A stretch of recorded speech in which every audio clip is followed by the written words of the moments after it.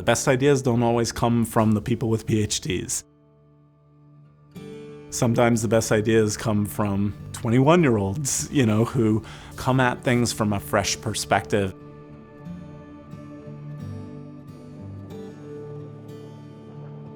I like to say that AidData has one foot in the policy world and one foot in academia, and that's actually rare. So we are a research lab based at William & Mary. We track who is funding what, where, and to what effect around the world. That's really what the common theme across all of our research is. We have about 30 to 35 faculty and staff, but an army of students, probably over 100 students working with us on projects. They're really the lifeblood of what we do.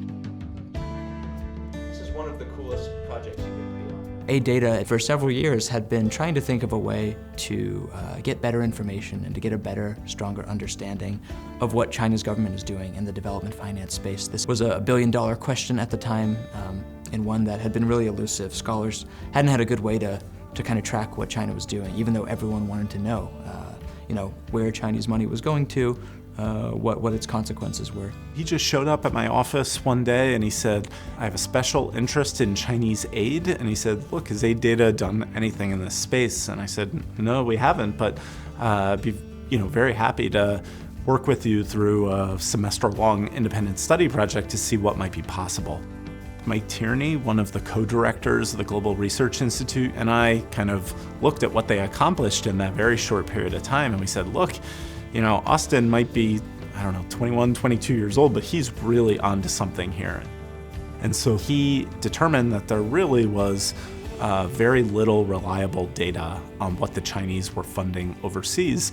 He had a kind of ambitious, even audacious idea to standardize and synthesize a lot of decentralized information in the public domain about all these Chinese government finance projects.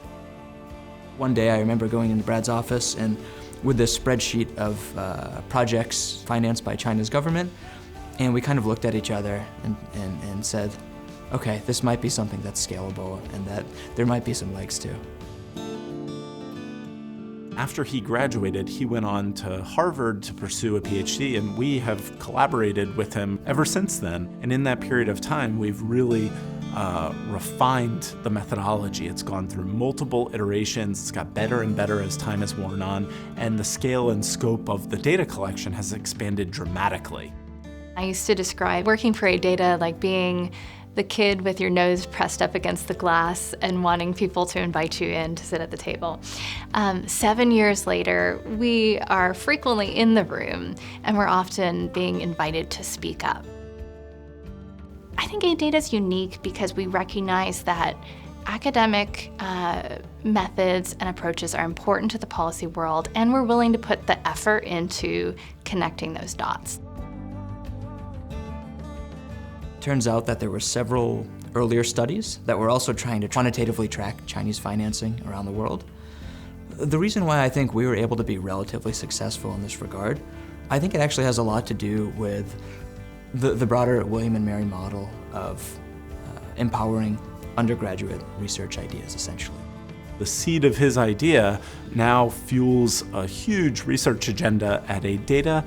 It's mobilized millions and millions of dollars to make all of this work possible.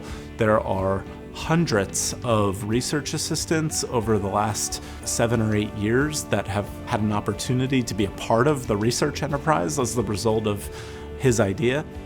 And none of this would have happened were it not for Austin's boldness, his willingness to ask difficult questions and come up with innovative solutions.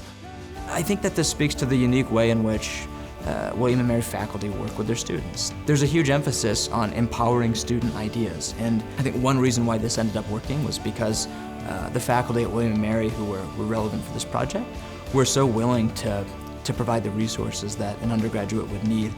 I hope that we will meet many more Austins in the future, because it's people like Austin who have really fueled innovation at AidData.